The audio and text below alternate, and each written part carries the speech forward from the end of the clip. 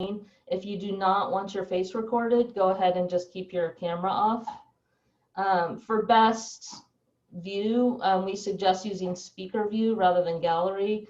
And as probably all of you know by now, if you just use your cursor and go up to the top, it will pop up and you can change it to gallery or speaker.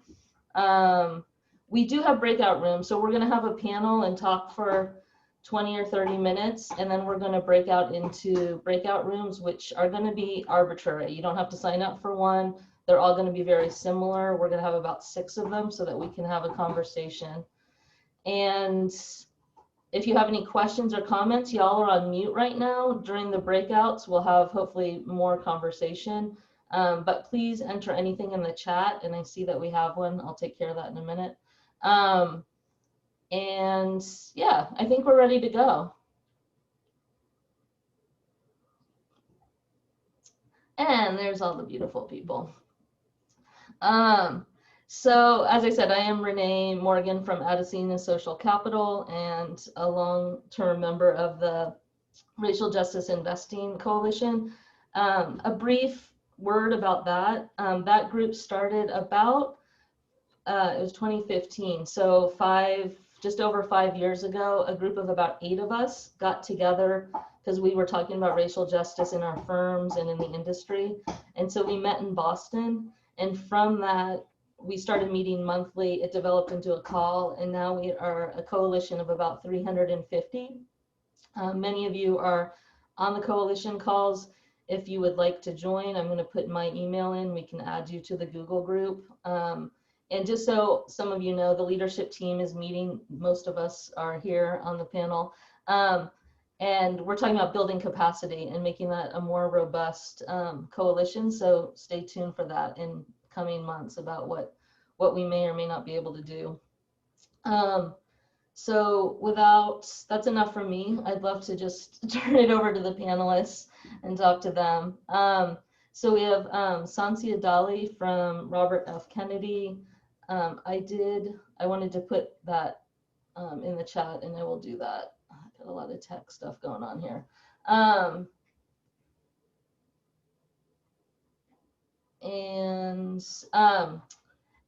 And we have Rosa van den Beemt, from the Vice President of Responsible Investment Analysts from BMO, Global Asset Management, and Mary Beth Gallagher, who's the Executive Director from the Investor Advocates for Social Justice. And I'm sorry I butchered those introductions a little bit. I'd love it if you all wanted to add a little bit more when we speak. But what I'd really like to do is just open up the conversation.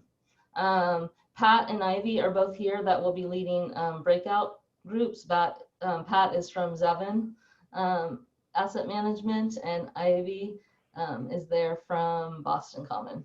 I'm sorry, geez, North Star Asset. My bad. I am very sorry about that. North Star. This is, yeah, technology and things open. So without further ado, I'd like to turn this over to Mary Beth to talk about the statement of solidarity, why it's important, why we're here, and why this is just such a vital topic for our industry. Great. Thanks so much, Renee. Hi, everyone. I'm Mary Beth Gallagher. It's nice to be with you all today. I'm the Executive Director of Investor Advocates for Social Justice. You can hear me, right? Yes. Okay. So Investor Advocates for Social Justice was formerly known as the Tri-State Coalition until about this time last year. We're Tri-Cri. We're a coalition of Catholic institutional investors, and we organize and use our investor leverage to advance faith-based values of human rights, climate justice, racial equity, and the common good. I'm just going to start by opening the conversation a little bit about the statement of the investor statement of solidarity to address systemic racism and call to action that we developed as a coalition, the Racial Justice Investing Coalition that Renee just introduced over the summer. So everyone's familiar with it, and talk a little bit about the background and what's in this statement. So just to ground this work for a second, this is really about advancing equity and justice, about systemic change, about advancing racial equity, and making sure all people are treated equally. I think it's sort of hard in this moment in the United States to talk about racial justice without acknowledging that it's a highly politicized issue with our president in a devastating way, in a problematic way. And not to belabor that, but just to say this is about human rights and dignity and equity. And that's where this statement and this work comes from.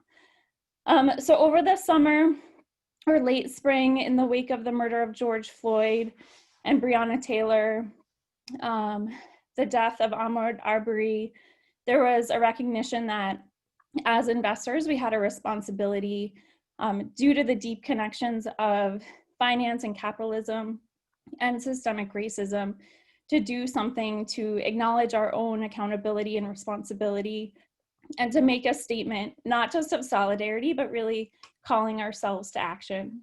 So we developed this in coordination with a group of about 25 investors who co-wrote in a very messy Google document and provided input and shared points of view to really try to give a framework to what we could do in this moment to take stock of racial injustice, the role of the investment community, asset owners, asset managers, consultants, different stakeholders, like what could we do? So we developed this statement that was released on June 18th. Susanna's put the website in the chat box. You can go to that and take a look as I walk through it. There are now over 200 signatories to the statement, which I think is a real testament to the fact that the investor community recognizes our responsibility and wants to be engaged in a positive way of advancing racial justice. So the statement has 5 calls to action after the sort of acknowledgement of our role in the solidarity with the protest movement and people calling for accountability for police. So the statements are first, engaging with, amplifying, and including Black voices in investor spaces and company engagements. That's the first one. 2, embedding a racial equity and justice lens internally in our own organizations. 3, integrating racial justice into investment decision-making and engagement strategies. 4, reinvesting in communities. And 5, using investor voice to advance anti-racist public policy. So these calls to action really try to talk about who should be informing our work. We need to hear from and connect with and be guided by and accountable to Black leadership and Black voices in our work. I think it goes without saying that we have a need to increase representation and diversity in our own community. So even that point was a struggle for some institutions as they considered the statement. Embedding a racial equity and justice lens across all of our work in our organization. So like who's in your leadership team, who's on your investment committee, who's managing your money, how do you hold them accountable? Really sort of examining the internal organization. And I can speak from my point of view. Our staff has 3 white women. We know that we have work to do. We don't hire people very frequently. So it's a call to action to really think about every decision you make with intentionality and advancing racial justice. Reinvesting in communities, that gets to impact investing. The bulk of a lot of our work is in the 3rd point, integrating racial equity into our investment decisions and shareholder advocacy. And finally, the 5th point on public policy that may touch on some of our work more than others, but it's really about working collectively and using shared platforms to advance strong public policy. So as we were developing the statement, there were a lot of questions that came up about what was pushing the needle too far, where we were comfortable, what we weren't doing. Are our clients going to have expected us to have changed overnight if we sign this statement? Or what does it mean? So I'll just close soon and just say that we want to have a sense of whether this statement was effective at helping to start new conversations within organizations, with helping giving some framework and guideposts to where your work is now and can go. So Rachel Fagiano from Nathan Cummings and I are going to be in touch fairly soon with all the signatories, just to touch base, not in an evaluative way, but like to better understand, was this useful? What were some of the barriers? What are your biggest obstacles? What support do you need? I'm not sure that we'll be able to follow up with a lot of capacity, but just to understand sort of better where people are in the wake of having signed on. So with that, I think we're going to hear from Sansia and Rosa about their own organization's process. I think a lot of you can probably share in your breakouts sort of what worked and what didn't about this process and what it's doing within your own organizations. But I'll turn back to you now, Renee. Thank you.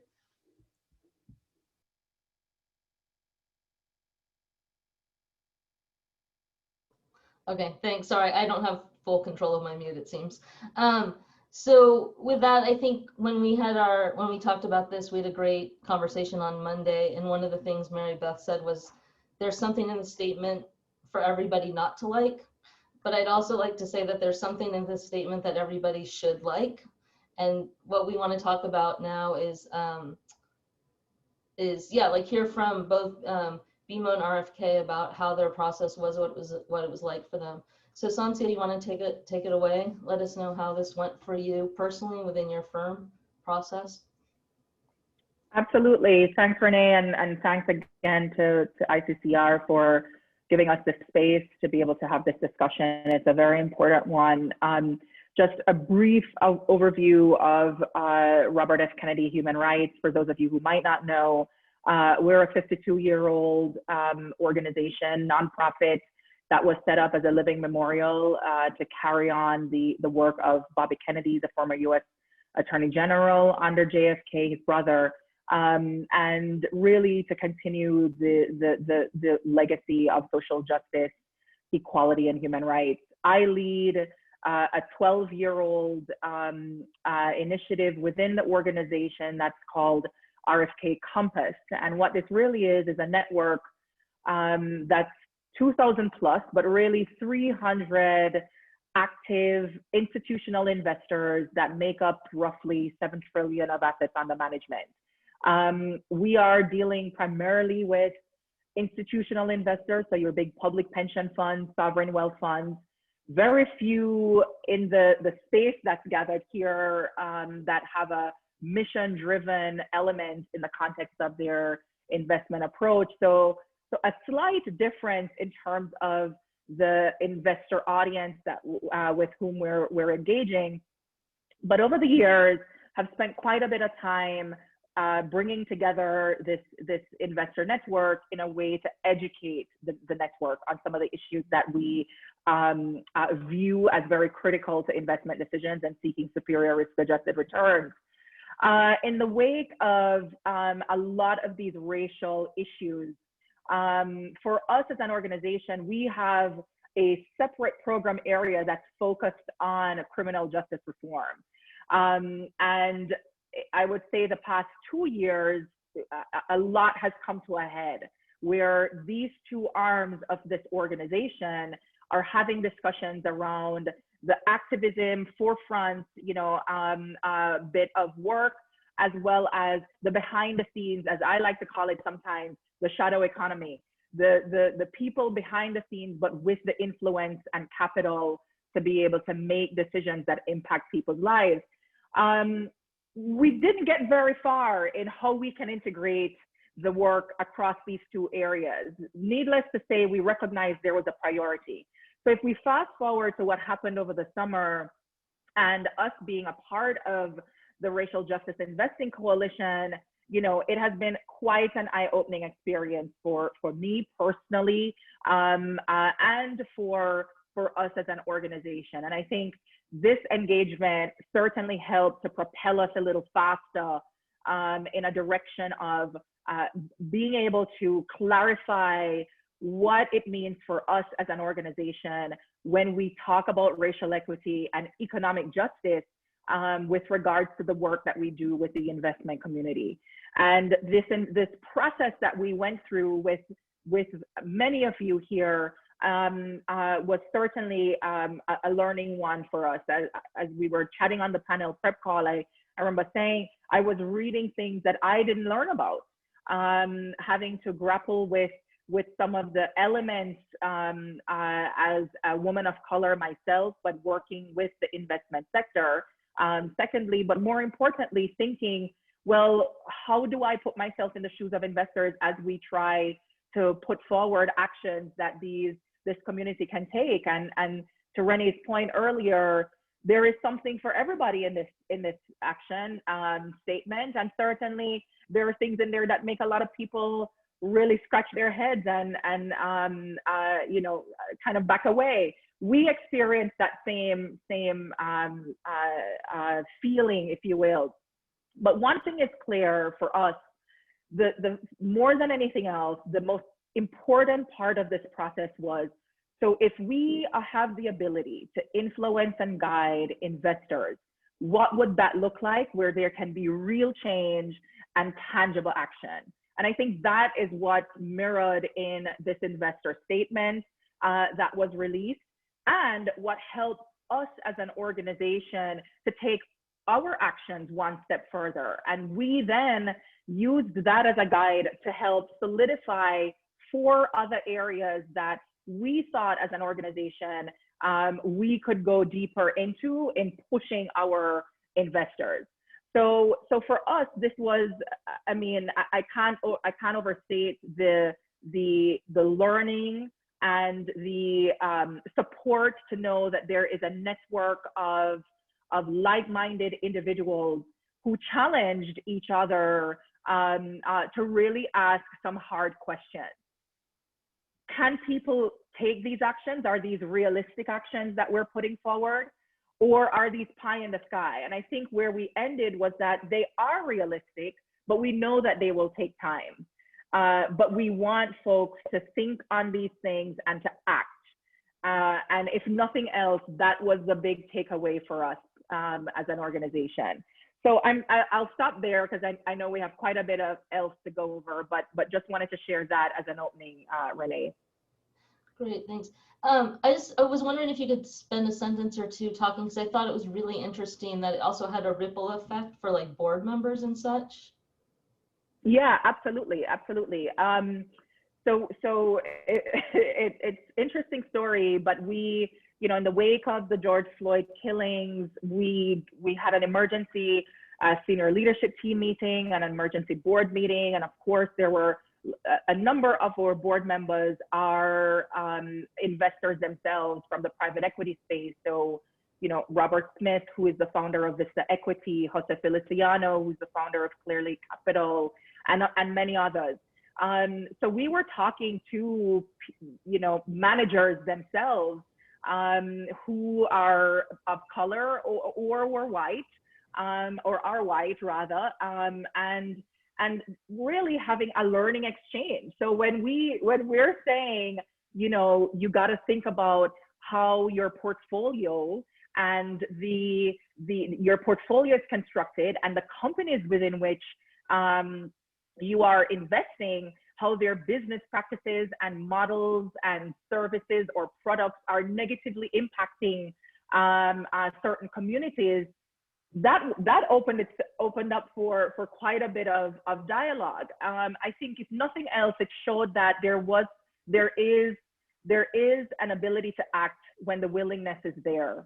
And we saw quite a bit of action from people who are already leaders. So these board members of ours were already leaders in their space, but for others, there were some who, you know, needed a little extra nudge. And I think this certainly helped to put a magnifying glass on what power and influence do I, as a leader of an organization with tremendous assets under management, what can I do to truly critically take steps that can help adjust this? So I'll give you a concrete example. Our board member, Robert Smith, in the process of all of this, announced an idea. What if the top 10 banking institutions, the top 10 highest revenue generating banking institutions in this country, allocated 2% of their net revenue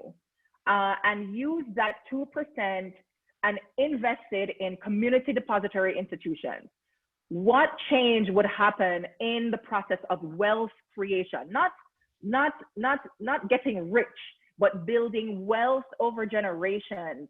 What would happen if these funds were invested in these communities by the same banking institutions that predominantly created obstacles for people of color to access credit and loans and collateral, in the process of their banking and business relationship?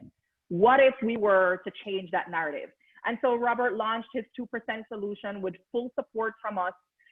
We champion it, and we're seeing quite a lot of progress now. There are a number of banking entities that have signed on to supporting this. We've seen some of the spin-off funds that have been set up in order to really support that flow of capital in some of these communities. But it created a conversation. It started a conversation at the business roundtable. So there's quite a bit of a ripple effect that has happened as a result of that. And that's just one of a number of other examples that we've been seeing from some of our partners and leaders in our organization. Thanks so much. It's so powerful. It was really beautiful. Thank you. And then Rosa, do you want to take it away and let us know how the process went for you and BMO? And yeah, thank you, Renee, and thanks everybody attending today. It's a pleasure to be here. Just a couple words on BMO Global Asset Management. We are the asset management arm of BMO Financial Group, also known as Bank of Montreal. I work in the responsible investment team, which is a team of about 20 people who work on engagement of the companies that we invest in, proxy voting, ESG research, etc.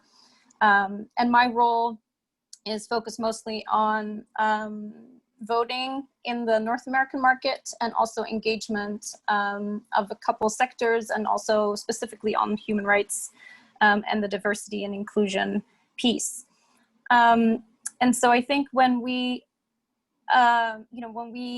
joined the Racial Justice Investing Coalition back in, I believe it was May of this year, it was really with the understanding that we had done not much work on racial justice. All of our engagement work had mostly been focused on, gender diversity and gender equality and some pay equity stuff.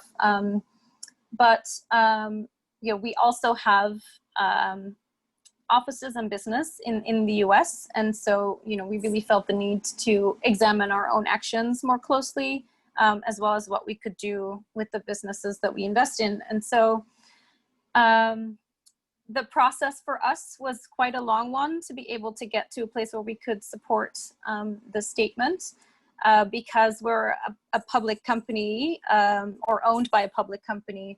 There were several legal procedures that we had to go through. So, for example, our legal team wanted a gap analysis that really looked at, okay, where is the broader organization in relation to, what the statement is kind of calling for, and, with the commitments that we are making on diversity and inclusion and eliminating bias within our firm, is that, would we be able to sort of meet what the statement is asking for? So a lot of the conversations that I've had internally were also about trying to engage people across the firm on this topic, and also getting people to understand that this is a process and not something that we already need to we're not there yet. It's going to be a long road. But the great thing is that I did learn actually a lot of great things were happening across the firm. It's just that certain parts were not talking to each other. So, for example, we have an Indigenous leadership council at the firm who, also got involved in looking at this initiative. We have offices in Chicago where people are working on, the Community Reinvestment Act and reinvesting in communities, which I didn't really know that work actually existed. And so yeah, when we eventually were able to sign on, I just wanted to say that it actually led to further opportunities for us to get more involved in this work also in Canada, where our main head office is, and our main business is situated. Because our Responsible Investment Association realized that we were able to sign, I think as the only large Canadian investor, were able to sign the statement. They reached out to us to ask if we wanted to do something similar for the Canadian market, because there was really not anything happening on the ground in Canada. And so we developed a Canadian statement on diversity and inclusion that is a little bit more tailored to the Canadian context. So it looks at both Black, people of color, and then Indigenous people as a focus for enhancing representation both within the financial industry and across the businesses in Canada more broadly. And we commit them both to engaging companies on setting targets on representation, setting targets on advancing training for employees, etc., advancing board diversity, and then also commit ourselves to various aspects of looking at how we can be better inclusive companies. And so I think, we recently, because of that process, or, I think that work was kind of already happening internally, but having the racial justice statement really helped, as that we released pretty, I think, great targets internally for representation for 2025 that looks at people across the organization, various levels, different geographies. It includes representation of Black people, Indigenous people, people of color, also people with disabilities, and LGBTQ2+ employees across the firm, and then also within asset management. So that's been really great. But what I think is still a challenge for us is how to go beyond the diversity and inclusion piece, because we know that racial justice is not just diversity and inclusion. And so, what we are looking at now, at least as an investor, is what conversations can we have with the companies that we invest in on actual racial justice? Like there is, for example, I know that we hold some private prison companies in some of the ETFs that we have. We've been engaging them, but if we're not getting anywhere, is there, what other options what other actions can we take? So I think that is really one of the next steps that we are going to explore. Great. So two things that come to mind as a follow-up. One is I also thought it was interesting when we spoke that you being in the US ended up being an important point. Like there's this idea about representation. Can you just speak a bit about that? Yeah, that's a great point. Yeah, actually most of my team is based in London in the UK. And when I was hired back in March, I was actually the only first analyst based in North America, with also, knowledge of the North American engagement landscape and coalitions and such. And I think because, most of my colleagues had not had sort of that direct lived experience of some of the, racial tensions that were happening in North America. Obviously, there's racial tensions in different parts of the world too. But I think it was just more immediate for those of us in North America to realize, that this is something that we had to work on. And so, my presence here fortunately helped to get that work started. That's great. So we're at about halfway through. What I'd like to do is transition a little bit, but it's actually going to follow up something that you said, Rosa, is that you needed a gap report. that I think one of the things to maybe think about as we move into the breakout and like some of the barriers is this idea of gatekeeping.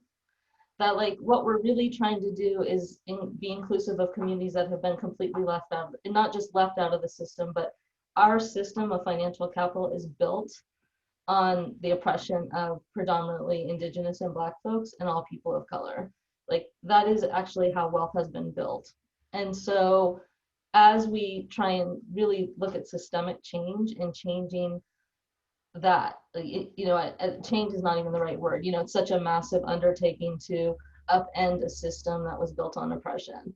But one of the things that is embedded, and I think that we hear it, and I'm mentioning it because it's also in one of the comments, somebody's talking about the SBA and how they don't track racial census. So they don't know how much money is going to small businesses that are owned and run by people of color. And that's something we hear a lot, right? Like I think all of us that do this work, when we go to bigger institutions, they say, oh, we can't ask those questions, or we don't have that data, or there's not a pipeline, we don't know how to hire. It's kind of, there's some very similar arguments or pushback when we talk about how come there's no representation. And so, so it was just interesting because I thought that you mentioned that a little bit with this gap report. Like there was a hesitation, like, no, God, no, we can't sign this because let us do some more analysis, right? So I guess, can you say a sentence or two about that? And what I'm going to do as you're answering that, for everybody that's here, I'm going to put a document in the chat box, and it's called White Supremacy Culture. And it's going to mention some of these things that we do to create barriers from bringing in all communities. And then we're going to lead into a breakout. But can you maybe speak to that, Rosa? I'm putting you on the spot a little bit, but.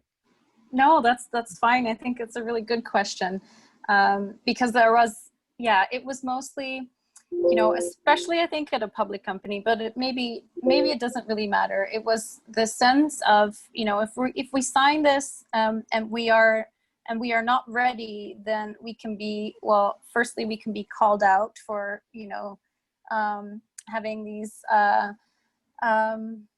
aspirational commitments while we're not there yet, and so people felt very sensitive about that aspect of the unknown. And then I think secondly, also our company gets questions from investors about these same topics, and I'm of course in a bit of a funny position where I'm both acting as an investor and also working for a public company. So there are those conversations happening internally, where whatever we are working on, we can, let the broader organization know, hey, this might be coming down the pipeline. You might be getting questions from investors on this. And that actually was a really helpful segue, because I think it made people realize that this is going to happen, whether or not, our asset management arm is going to sign on. And if it really is, and this topic is not going away, then we have to do something about this. And I think there was also a lot of feedback from internal committees of both people of color, and we have a Black Leadership Committee, and as I mentioned, the Indigenous Leadership Council, who all said this is great and we should do this. And if you're committed to listening to people who are underrepresented, then this is something that we should move forward with. Great, yeah. So thank you. Thank you all panelists, and thank you for gracefully doing a better introduction than I did. I felt a little overwhelmed with that technology at the beginning.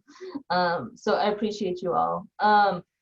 So what we're going to do now is break up into 6 breakout groups and have a conversation, so that everybody here can participate more.